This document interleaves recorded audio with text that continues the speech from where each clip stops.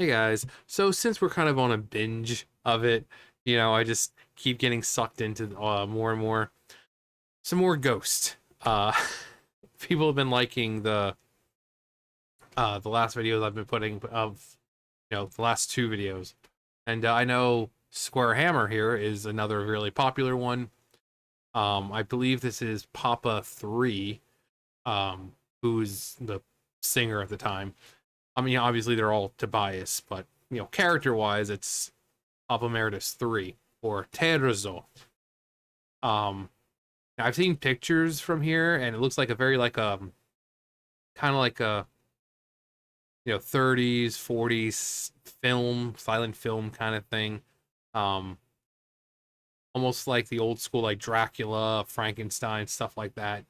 It's like all their videos have like a callback to something, referencing like the last one we did watched was the Dance Macabre, and it's very like thriller like with the dancing and the very end part with the stare, the freeze frame, and with the this is the stare we expect to see the yellow eyes. Um, so they make a lot of references to a lot of things. So this one I think it's just kind of like that silent film era. Um, but yeah, this is Square Hammer.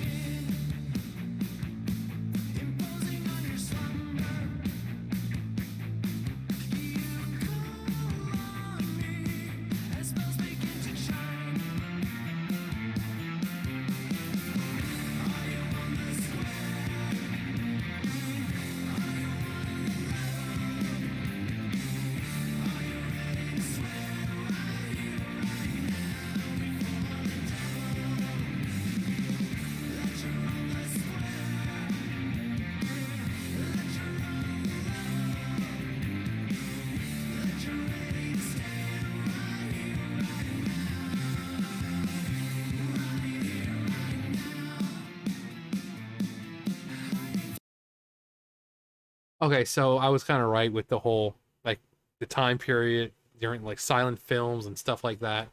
A lot of the big horror ones, Nosferatu was really huge at that time. Like I said, Frankenstein, Dracula. Um,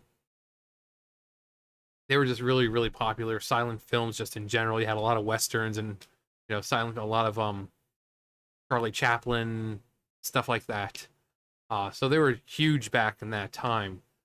Being able to go see and to a theater and see these kinds of moving uh pictures essentially, but just kind of have read what's going on because they hadn't really for sound at that time. Um, so it was kind of a joyous occasion, able to go out on a Friday night or something to go to one of these moving pictures. Um, so I love the aesthetic so far. The very like a lot of green, almost like um I mean, it came out afterwards, but kind of like not Alice in Wonderland, Wizard of Oz. It just makes me think of like the Emerald City and all that, just that very emerald green, but also like very like monster-esque, like Frankenstein green. Um, but anyway.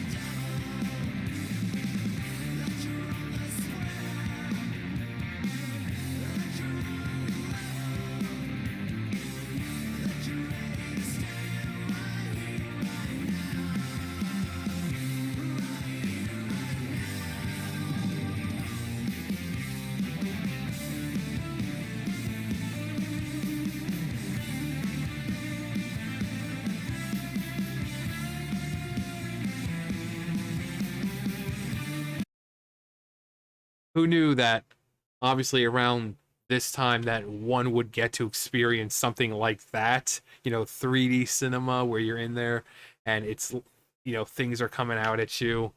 Who would have thought that back then, around like the time periods this is supposed to be set in, uh, that it would happen like that, that we would have, cinema to where we can go and, things are coming at us and it's like we're in the world itself or VR and stuff like that. Um, but you can see what I mean with the silent film and welcome, dearest brother. But just it's so great. Um, Here our father takes his final rest, and the father's like Mjolnir or something. I know it's not Mjolnir, but I just see this hammer surrounded by like magic, electricity, and one just automatically thinks of Mjolnir. Uh, so, so wield the square hammer. It is your destiny, along with this pick. Feel its power. The rest of the test of blood and spirit. Then he's got about to do chokehold, a Jedi chokehold. Um,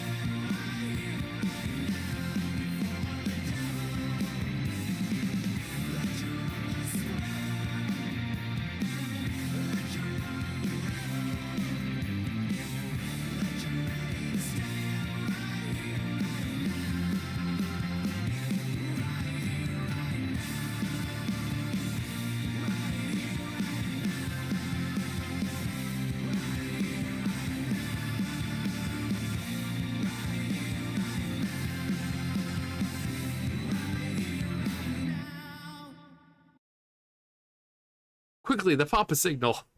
Okay, so where is it? That part. That's a little foreshadowing right there. What kind of bird is that? It's a cardinal. Cardinal, Cardinalcopia. Next pop. This is the one singing. It's Papa 3. You have a cardinal in. It's so good. The cardinal is sitting on this tombstone, apparently representing the third Papa, the cardinal. It's so good. It's so good. I love the I like this part. There's like nothing in front of him, and he's just kind of like, nope, sorry, excuse me, take my coming through. Um, but I love this green like filter that they've got. Um, how it's like artwork, how it's like art and live action, live. It's just it somehow works when everything's the same color, you know. So in order to really make this work, they have to be the same color. We got Papa Emeritus third. Um, but the Cardinal, which I love. C, he's hilarious, and each one of the Papas is kind of known for something certain things. For C, he's basically the goofball. He doesn't take things seriously, and and when you watch the chapters with him in it, like he's riding around like the headquarters on a tricycle, in the style of The Shining, and between that and like the one I mentioned in the last video with him doing like the audition tape with all these bad impressions, he's just the goofball of the group. well, other Papas, and can't say the group because the rest of them are dead. So he's he's the only alive Papa right now. But the overshadowing, hidden, well, not over hidden, but just the overshadowing. I wouldn't say villain, but that unseen, overshadowing, ever-present force for them, not God, but something else. So I just feel like, that plus the eye, just that eye. And I asked in the last video if the eye actually means anything because I've watched all the chapters, I've read comments and into the wiki. It doesn't mention anything about the eye. We just know that it was gifted to Papa One by Sister Imperator and that it's passed down, but we know that she gifted it to him, but does it give them any kind of abilities, to see the truth, to see beyond life and death? Is that what allows, Papa One to come back as ghost? What is, apart from just looking cool and having symbolic, imagery, it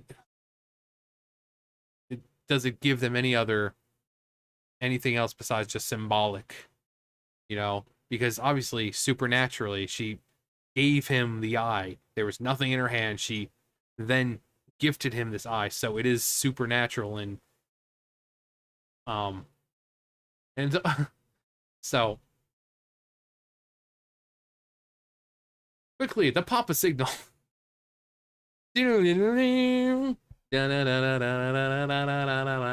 Papa.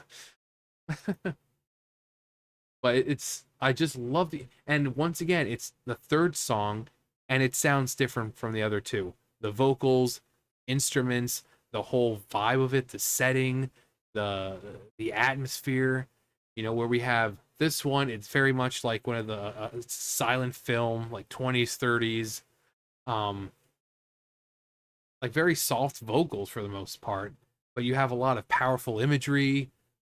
We have like that green filter thing going on, but then we watch the last video and it's very alive and vibrant,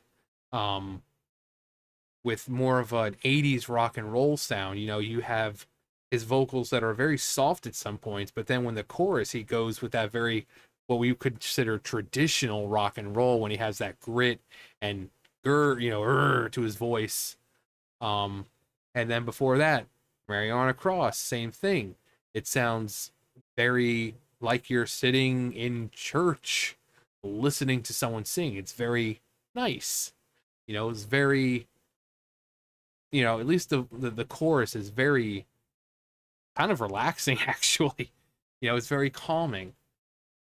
Especially the very last part when it's sped.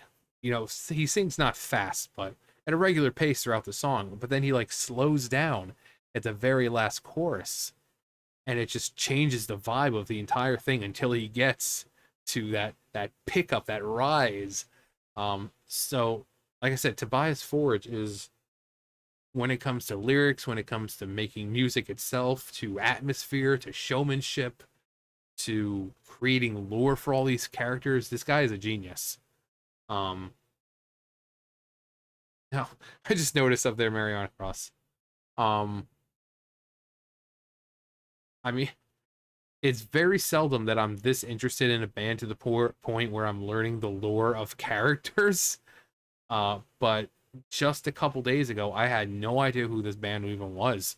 And it was only thanks to YouTube Shorts that I even heard, the Mariana Cross part, where it's apparently on TikTok as well, and now it's just led me down through the rabbit hole of the band known as Ghost. And I'm happy I stumbled on it. I see some people who are just kind of reacting to it without really learning much about it, but I'm watching the videos, I'm going to the wiki, seeing what those say, reading comments, hoping for more clarification with them. So I'm interested in this band. Hell, I think last night I checked if they were playing anytime soon in my state, because I do want to go see them. I would love to go to a concert, either just them or where they're performing or something, I would love it. But unfortunately, there is none. I saw one that said Concord. I'm like, Concord? As in Concord, North Carolina? No, it was Concord, California. And I'm like, great. So, but yeah, this was Square Hammer. Again, visually stunning. Um, just the whole silent aspect of it. You know, throwback to old silent films, you know, old horror films, you know, Dracula, Frankenstein, Nosferatu, stuff like that. But adding its own little like modern type thing, you know, especially with the like almost like 3D we consider 3D right now, but you have coming out and things happening around them. Uh, Plus that, like I said, the foreshadowing, the tombstone with the cardinal on it, so good. It's so good. Um, and again, if anyone knows, apart from symbology, if the eye really just kind of, if it's just symbolic or it does kind of give them some kind of, because again, Sister Imperator gifted him this eye. It's not like she had a spare eye in her hand and she just shoved it in his face. No, she gifted him this eye. So it's supernatural in some way. So what does it do? What does it do? But anyway, yeah. I'm sure you guys will recommend, oh, watch this one next. I'm sure whatever you recommend, I'm gonna be watching at some point, so don't worry. I'm also probably gonna go back and watch all the chapters again. You know, in case I missed something, we'll get to watch them together. Because they are quite fun to watch. They really are. Yeah, anyway. That's gonna do it for me. You guys know the drill. I'll see you guys later. Bye guys.